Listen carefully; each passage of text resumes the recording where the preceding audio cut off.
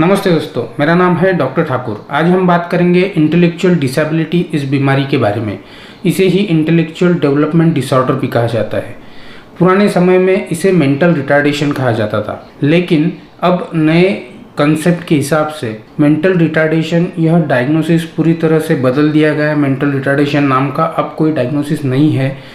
Mental retardation generally IQ के level के ऊपर डिपेंड था कि किस तरह से कितनी अगर आईक्यू लेवल उसकी व्यक्ति की होगी उस तरह से उसे माइल्ड, मॉडरेट, सीवियर था, प्रोफाउंड मेंटल रिटार्डेशन कहा जाता था। लेकिन ये जो आईक्यू टेस्ट थे ये अलग अलग सोसाइटी में वेरी करते थे, इसके रिजल्ट वेरी करते थे।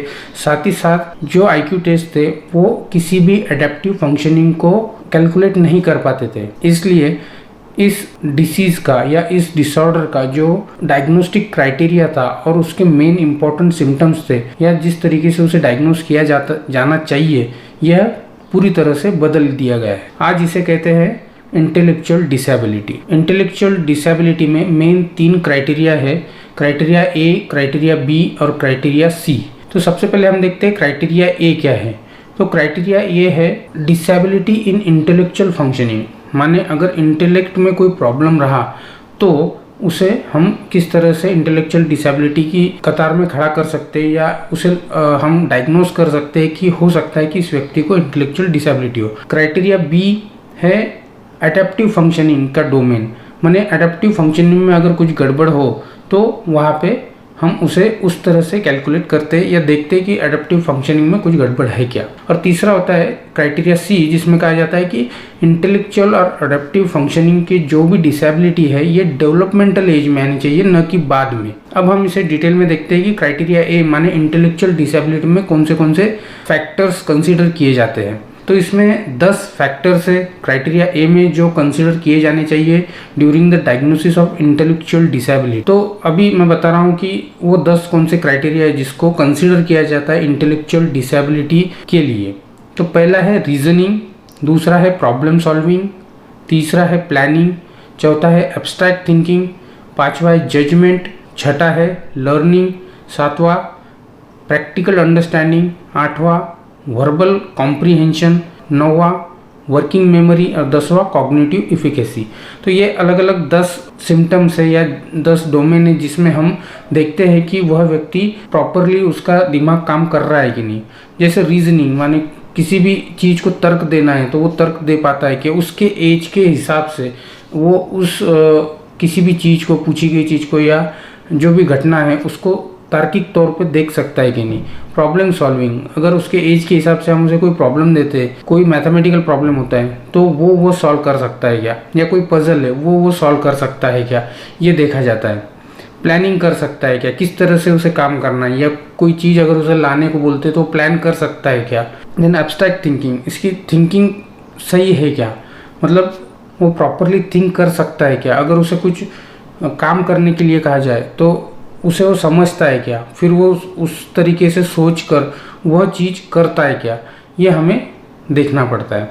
लाइक जजमेंट, वो जजमेंट नहीं ले पाते। जैसे मान के चलो अगर कोई बच्चा है और उसे चारपाई से उतरना है या पलंग से उतरना है तो वो जजमेंट नहीं कर ले पाता, या दूसरी भी चीज़ों में वो जजमेंट नहीं ले पाता। लाइक अगर उसे टॉय पकड़ना है या टॉय खेलना है या उसे हम अगर ऑर्डर दे कि टॉय इस तरीके से करना है तो वो जज नहीं कर पाता कि करना क्या है एक्चुअली उसे। लर्निंग में भी प्रॉब्लम होता है, मतलब जनरली माइलस्टोन डिले होने की वजह से जितनी जो उम्र में व्यक्ति ने जो सीखना चाहिए वह सीख नहीं पाता है और लर्निंग धीरे धीरे वो पिछड़ता जाता है।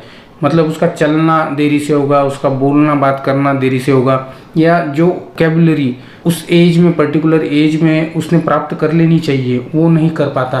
तो यहाँ पे लर्निंग में भी प्रॉब्लम होता है। देन प्रैक्टिकल अंडरस्टैंडिंग, प्रैक्टिकल चीज़ों को वो अंडरस्टैंड नहीं कर पाता है, ये भी एक प्रॉब्लम। देन वर्बल कॉम्प्रीहेंशन आता है, मतलब हम जो बोल रहे हैं वो हो सकता है कि वो कभी समझ जाए और हो सकता है कि वो अगली बार वही सेम सेट ऑफ वर्ड्स है या फ्रेजेस है उसे वो ना समझ सके, या टोटली वो ऐसा होता है कि वो समझ ही नहीं पाता कि हम क्या बोल रहे, क्या बात कर रहे, क्या ऑर्डर दे रहे, क्या कमांड दे रहे, वो उसे समझ नहीं पाता, कॉम्प्रीहेंड ही नहीं कर पाता।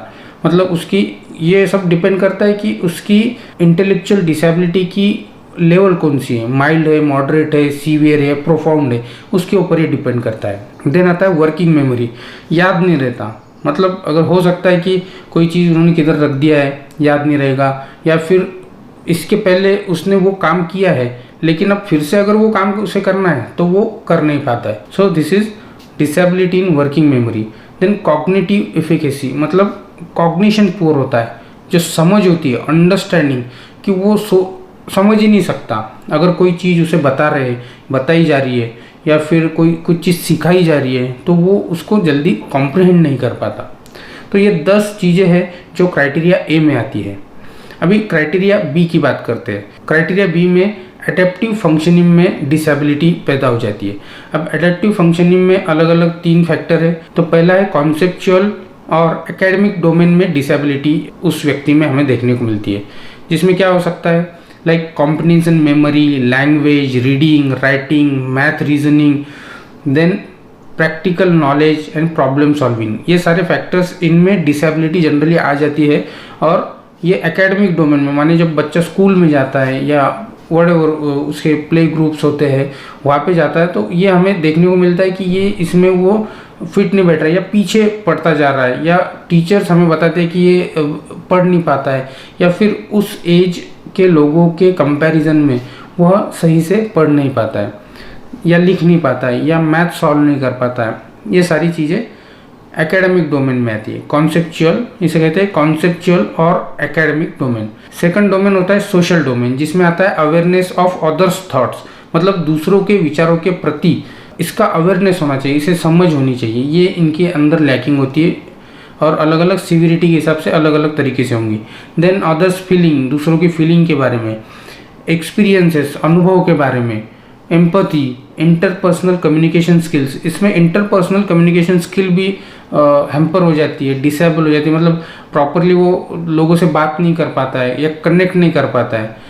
फ्रेंडशिप एबिलिटीज़, लाइक कुछ बच्चे होते हैं गुमसुम रहते हैं या अकेले रहते हैं, स्कूल में भी उनके कोई दोस्त नहीं होते, तो माँ बाप ने ये देखना चाहिए कि कुछ गड़बड़ तो नहीं है। जब टीचर्स माँ बाप को बताते हैं कि बच्चा गुमसुम रहता है, अकेला रहता है, ये पीछे पढ़ता जा रहा है, ये पढ़ता लिखता नहीं है, तो पेरेंट्स को ये देखना चाहिए कि कुछ हो सकता है कि इसे इस तरह का कोई तनाव या फिर कोई मेंटल डिसेबिलिटी हो सकती है। तो जब इंटेलेक्चुअल डिसेबिलिटी के बच्चे ऐसे रहने लगते हैं तो ज़रूर उन पर ध्यान देना चाहिए। तीसरा डोमेन होता है प्रैक्टिकल डोमेन, जिसमें होता है self management, personal care, job, responsibility, money management, ये सारी चीज़ें इसमें आती है। तो जैसे जैसे उम्र बढ़ती जाती है वैसे वैसे मतलब हो सकता है कि उसको मेंटल रिटार्डेशन बचपन से हो या माइल्ड मेंटल रिटार्डेशन हो, और जब वो बड़ा हो जाता है तो वो अपनी सेल्फ केयर नहीं कर पाता, का ठीक ठाक रहना उसे जमता नहीं है, या जॉब की जो रिस्पॉन्सिबिलिटी होती है वो प्रॉपरली वो कर नहीं पाता। हो सकता है कि मतलब क्या है, ये समझ में नहीं आता, ये डायग्नोसिस नहीं हो पाता, माइल्ड मेंटल रिटार्डेशन रहता या मॉडरेट रहता, और वो ठीक ठाक मतलब एवरेजली काम कर रहा है but not up to the mark, जैसा होना चाहिए, जैसा एक्सपेक्टेड है, और वो फिर जॉब की जगह पे या कोई रिस्पॉन्सिबल कोई काम उसको दिया है तो वो प्रॉपरली कर नहीं सकता। अभी तीसरा क्राइटेरिया सी, इसमें है onset of intellectual and adaptive deficits during the developmental period. मतलब डेवलपमेंटल पीरियड जो होता है किसी व्यक्ति के जीवन का, उस समय यह आना चाहिए। मतलब ये क्राइटेरिया ए और क्राइटेरिया बी दोनों की जो लक्षण है जिसे हम डायग्नोसिस में कंसिडर करेंगे वह डेवलपमेंटल पीरियड के दौरान आना चाहिए। अभी हम ये देखते हैं कि इसके लेवल्स क्या है। जैसे इंटेलेक्चुअल फंक्शनिंग और एडेप्टिव फंक्शनिंग, इन दोनों की जो सिम्टम्स है उसकी सीवियरिटी देखी जाती है। पहले कैसा था, मेंटल रिटार्डेशन इस तरह से डायग्नोस किया जाता था कि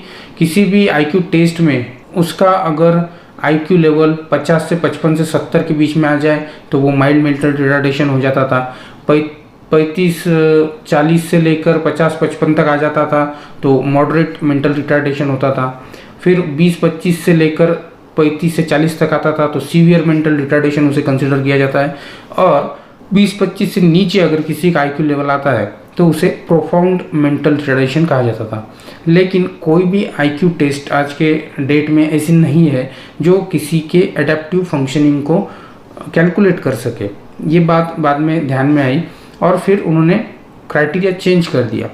मतलब होता क्या था कि किसी व्यक्ति का IQ टेस्ट लाइक 70 तक आ गया या 80 आ गया, मतलब नॉर्मल के रेंज में आ गया मान के चलो, पर अगर उसमें एडेप्टिव फंक्शनिंग की जो स्किल्स है लाइक एकेडमिक डोमेन में या सोशल डोमेन में या प्रैक्टिकल डोमेन में अगर वो पिछड़ रहा है, तब भी वो मेंटली रिटार्डेड होता है। मतलब क्लिनिकली ये देखा जा सकता था कि वह व्यक्ति मेंटली रिटार्डेड है, लेकिन IQ टेस्ट पे एक्चुअली क्या आ रहा है कि वो नॉर्मल है। तो इसमें गड़बड़ होती थी। और हर टेस्ट हर सोसाइटी में उतनी ही कारगर साबित होगी ये कुछ बताया नहीं जा सकता, या हर देश में हर इतनी कल्चर के साथ वो उतनी सटीकता से लागू होगी ये भी बताना मुश्किल था। तो साथ में अडेप्टिव फंक्शनिंग का डिसेबिलिटी के बारे में बात की है। मतलब हम किस तरीके से मेंटल रिटार्डेशन, मतलब जो उसका पुराना नाम था, बट अभी इंटेलेक्चुअल डिसेबिलिटी डायग्नोस कर सकते हैं। अभी एलोपैथी में ऐसी कोई स्पेसिफिक मेडिसिन नहीं है बनी है इंटेलेक्चुअल डिसेबिलिटी के लिए जिससे उनका ये डिसेबिलिटी जो है वह प्रॉपरली इम्प्रूव हो सके। लेकिन अगर हम होम्योपैथिक रेमेडीज़ को अच्छे से स्टडी करें, काफ़ी सारी होम्योपैथिक रेमेडीज़ है जैसे baryta carb, baryta mur, calcarea phos, then borax, phosphorus, silicea, agaricus और ऐसी काफ़ी सारी रेंज है। अगर आप इन अडेप्टिव फंक्शनिंग और इंटेलेक्चुअल फंक्शनिंग के डिसेबिलिटीज़ के बारे में अलग अलग रूब्रिक्स देखेंगे तो काफ़ी सारी रूब्रिक्स है, और आप देखेंगे कि सीवियरिटी के लेवल के हिसाब से मैं कहूँगा like generally don't be prejudice for this. Calcarea mild mental retardation, mild to moderate retardation में आता है। Calcarea phos moderate to severe retardation में आता है। देन बराटा मूर भी मॉडरेट टू सीवियर रिटार्डेशन में आता है या इंटेलेक्चुअल डिसेबिलिटी में आता है। और बराटा कार्ब जो है वो एकदम severe to profound mental retardation या इंटेलेक्चुअल डिसेबिलिटी जिसे हम कहेंगे उसमें आता है। ये मेरा क्लिनिकल एक्सपीरियंस है, don't be prejudiced about this. आपको आपके केस को स्टडी करना है प्रॉपरली और सही तरीके से रेमेडी का चुनाव करना है। कौन सी रूब्रिक्स है जिनको हमें मेंटल रिटार्डेशन या इंटेलेक्चुअल डिसेबिलिटी या इंटेलेक्चुअल डेवलपमेंटल डिसऑर्डर के लिए रिपोर्टीज़ में मिलती है। देखो जैसे कि मैंने बताया कि एलोपैथी में कोई स्पेसिफिक रेमेडी नहीं है। होम्योपैथिक मेडिसिन का चयन भी जो होता है वो कोई ऐसा प्रिजुडाइज तरीके से नहीं होता कि ये 10 सिम्टम ले लो और फिर जैसे एलोपैथी में होता है कि एक सेट ऑफ सिम्टम ले लो, उसका डायग्नोसिस बनाओ और उसके लिए स्पेसिफिक रेमेडी है वो दे दो और वो ठीक हो जाएगा। लेकिन होम्योपैथी में ऐसा नहीं होता। होम्योपैथी में हर केस को हम इंडिविजुअली ट्रीट करते हैं और उसके अलग अलग लक्षण को नोट डाउन करके फिर उसके अलग अलग सिम्टम्स को उनकी महत्वता के हिसाब से लगाकर, मतलब एनालाइज और इवैल्यूएट करके फिर डिसाइड करते हैं कि कौन सी रेमेडी उसे दी जानी चाहिए। साथ ही साथ अपना क्लिनिकल एक्सपीरियंस तो होता ही है। तो दोस्तों मैं आपको बताने जा रहा हूँ कि कौन सी रूब्रिक्स है जो हम इंटेलेक्चुअल डिसेबिलिटी में एक्चुअली ले सकते हैं। अब्सेंट माइंडेड अनऑब्जर्विंग, ये एक पहला रूब्रिक है। इसका ही दूसरा सब रूब्रिक है अब्सेंट माइंडेड अनऑब्जर्विंग कन्वर्सिंग वेन, मतलब कम्युनिकेशन स्किल का जो हम बता रहे थे डायग्नोस्टिक क्राइटेरिया में, तो जब कन्वर्सेशन रहता वो अब्सेंट माइंडेड रहता। Absent minded unobserving work when at, मतलब जब काम कर रहा है तब वह प्रॉपरली काम नहीं कर पाता और वो अब्सेंट माइंडेड है और उसमें मेंटल रिटार्डेशन या इंटेलेक्चुअल डिसेबिलिटी के लक्षण होने के ज़्यादा से ज़्यादा चांसेस है। चौथा रूब्रिक है abstraction of mind. Abstraction of mind माने ध्यान नहीं रहता, एकदम से विचित्र वो बर्ताव करता है, दिमाग जगह पे नहीं है, ऐसा हम जिसको शादी भाषा में कहते हैं। दूसरा नेक्स्ट रूब्रिक है और उनके सब रूब्रिक है आंसर्स। ये एक रूब्रिक है मेन रूब्रिक, जिसमें सब रूब्रिक से कन्फ्यूजली माने कन्फ्यूज तरीके से वो जवाब देता है। फूलिश मतलब मूर्खतापूर्ण जवाब देता है। इनएप्रोप्रिएट मतलब असंबंधित, मतलब जो पूछा है वो नहीं बताएगा तो दूसरा ही कुछ तो भी बता देगा। ये है आंसर्स इनएप्रोप्रिएट, ये रूब्रिक। देन आंसर स्लोली, धीरे से, जैसे हमने देखा डायग्नोस्टिक के क्राइटेरिया में कि वो कॉम्प्रिहेंड नहीं कर पाता, कॉम्प्रिहेंशन पुअर है, समझ ही नहीं रहा, तो जब समझेगा ही नहीं तो जवाब कैसे देगा, स्लोली देगा, तो आंसर स्लोली। देन है आंसर, ये मेन रूब्रिक, और सब रूब्रिक है अनइंटेलिजेंट, माने इंटेलिजेंट मतलब होशियारिता पूर्व या होशियारी से भरा हुआ उसका जवाब नहीं रहेगा, कुछ तो भी बोल देगा, कुछ तो भी ऐसा मूर्ख जैसा बोलेंगे जिसको अकल नहीं है ना सादी भाषा में, मतलब हमें ये देखना है कि मेंटल डिसेबिलिटी के कौन से लक्षण रूब्रिक की तरह हम देख सकते हैं। तो आंसर्स अनइंटेलिजेंट, मतलब अजीब सा कुछ जवाब दे देगा जिसमें बुद्धि का कोई रोल नहीं है, जिसमें बुद्धि का कोई चांस नहीं है। ऐसा समझ में आता है कि ये बुद्धिमत्ता पूर्व जवाब नहीं था उसका जो भी पूछा गया उसके लिए। नेक्स्ट रूब्रिक है एंटीक प्लेज। ये एक अलग सा रूब्रिक है, ये जनरली हमें ऑब्जर्व करना पड़ता है। पेरेंट्स बताते रहते हैं कि अजीबोगरीब चीज़ों से खेलते रहता है, ये सारी चीज़ें इसमें आती है एंटीक प्लेज में। देन केओटिक और कंफ्यूज्ड बिहेवियर, मतलब पूरा कंफ्यूज रहेगा, पूरा उसको समझ में नहीं आएगा क्या चल रहा है, उसे वो ना कमांड लेता है ना फिर वो कुछ, मतलब अजीबोगरीब तरीके से उसे कोई कमांड दे तो भी नहीं समझेगा, कुछ उसको सिखा रहे तभी भी नहीं समझेगा। और धीरे धीरे मतलब वो उसको प्रॉपरली, उसका दिमाग ऐसा होता है कि पूरा कन्फ्यूजन में होता है, उसे समझ ही नहीं आता कि वो क्या कर रहा है, क्या बोल रहा है, ना ही वो कुछ लर्न कर पाता है। जैसा हमने देखा क्राइटेरिया में कि लर्निंग में पीछे हो जाते हैं। देन चेयरफुल फुलिश, ये एक रूब्रिक है, मतलब बेमतलब का खुश रहना जिसे कहते हैं। तो बेमतलब वो हंसेंगे, बेमतलब वो डांस करेंगे, बेमतलब वो खुश रहेंगे। तो चेयरफुल फुलिश, ये एक रूब्रिक इंटेलेक्चुअल डिसेबिलिटी में हम ले सकते हैं। नेक्स्ट रूब्रिक है चाइल्डिश बिहेवियर। चाइल्डिश बिहेवियर करके एक रूब्रिक है, वो भी हम ले सकते हैं। एक बहुत ही स्पेसिफिक रूब्रिक इसके लिए अपने report this beauty of homeopathy की कितना बारीक लक्षण इस नेक्स्ट रूब्रिक में कवर किया गया है, वो है children covering their face with hands but looking through fingers. यह इंटेलेक्चुअल डिसेबिलिटी या मेंटल रिटार्डेशन का एक स्पेसिफिक लक्षण रहता है। बच्चे एकदम मुरझाए हुए रहते, कोई नया स्ट्रेंजर व्यक्ति आता है तो वो अंदर से भाग जाएंगे और फिर अपने हाथ को ऐसा, मतलब चेहरे को ऐसा हाथ से ढक लेंगे और उंगलियों के थ्रू देखेंगे। इसमें बराटा कार्ब एक स्पेसिफिक रेमेडी आती है और ये उसका स्पेसिफिक लक्षण है। और ये काफ़ी सारे मेंटल रिटार्डेशन के पेशेंट में हमें देखने को मिलता है, इंटेलेक्चुअल डिसेबिलिटी के पेशेंट में हमें देखने को मिलता है। Concentration difficult, aversion to, children in. तो एवर्जन टू एक रूब्रिक है, सब रूब्रिक है, और चिल्ड्रन इन ये एक सब रूब्रिक है। मतलब कॉन्सेंट्रेशन डिफिकल्ट रहेगा जब एकेडमिक डोमेन में हम बात कर रहे हैं तो वहाँ पे उसका कॉन्सेंट्रेशन रहता नहीं लर्निंग में, इसलिए वो पीछे चला जाता है। Then next rubric is concentration difficult studying, reading etcetera while, ये एक रूब्रिक है। Then concentration difficult studying, reading, और उसका सब रूब्रिक है लर्न्स विथ डिफिकल्टी। ये बहुत इंपॉर्टेंट है कि लर्निंग, मतलब कभी कभी ऐसा होता है कि मेंटल रिटार्डेशन को लर्निंग डिसेबिलिटी करके हम डायग्नोस कर देते हैं, लेकिन अगर उसकी बुद्धिमत्ता ही नहीं सीखने की तो वो कैसे सीखेगा। तो पहले ये देखना चाहिए कि मेंटल रिटार्डेशन है क्या। तो जो लर्निंग का है, मतलब जो एकेडमिक डोमेन में हमने देखा क्राइटेरिया बी में, उसके लिए स्पेसिफिक रूब्रिक है कि वो लर्निंग, रीडिंग, राइटिंग में पीछे जाता रहता है। देन एक और रूब्रिक है क्रिटिनिज्म। देन अदर रूब्रिक है डेवलपमेंट ऑफ चिल्ड्रन अरेस्टेड, ये मेंटल डेवलपमेंट की बात है। वैसे ही एक रूब्रिक है डेवलपमेंट अरेस्टेड, ये फिजिकल जनरल्स में हम लेते हैं। मतलब डेवलपमेंट ऑफ चिल्ड्रन अरेस्टेड यह जनरली मेंटल रूब्रिक करके हम देखते हैं, मेंटल स्पीयर में हम इसे रिपोर्टरीज में देखेंगे। और डेवलपमेंट अरेस्टेड ये एक फिजिकल जनरल्स में भी रूब्रिक है। मतलब कभी कभी ऐसा होता है कि मेंटल रिटार्डेशन या इंटेलेक्चुअल डिसेबिलिटी के बच्चों में हमें ये भी देखने को मिलता है कि उनकी फिजिकल ग्रोथ नहीं हो पा रही है। इसके अलग अलग कारण हैं, वो हम बाद में और किसी वीडियो में डिस्कस करेंगे। Then other rubric is dullness, sluggishness, difficulty of thinking and comprehending या कॉम्प्रीहेंशन, मतलब कॉम्प्रीहेंड नहीं कर रहा, समझ नहीं पाता। मतलब ये अलग रूब्रिक है, अलग तरीके से इसको प्रेजेंट किया गया है। डलनेस, चिल्ड्रन इन, ये अलग रूब्रिक है। Then dullness, sluggishness, think long, unable to, ये अलग रूब्रिक है। Dullness, sluggishness, difficulty of thinking, understands question only after repetition, एक स्पेसिफिक रूब्रिक है। मतलब उसका कॉम्प्रीहेंशन प्रॉपर ही नहीं है ना, नहीं वो ठीक से सोच ही नहीं पाता है और उसकी वजह से वो उसको सवाल रिपीट करना पड़ता है। उसको मान लो एक बार पूछे तो वो बोलेगा क्या, मुझे तो समझा ही नहीं, फिर दूसरी बार हमें उसे बोलना पड़ेगा। सो ये स्पेसिफिक रूब्रिक है। ऐसे बहुत सारे बेहतरीन रूब्रिक्स हमारे होम्योपैथी में, जिससे हम बहुत अच्छी रेमेडी का चयन कर सकते हैं।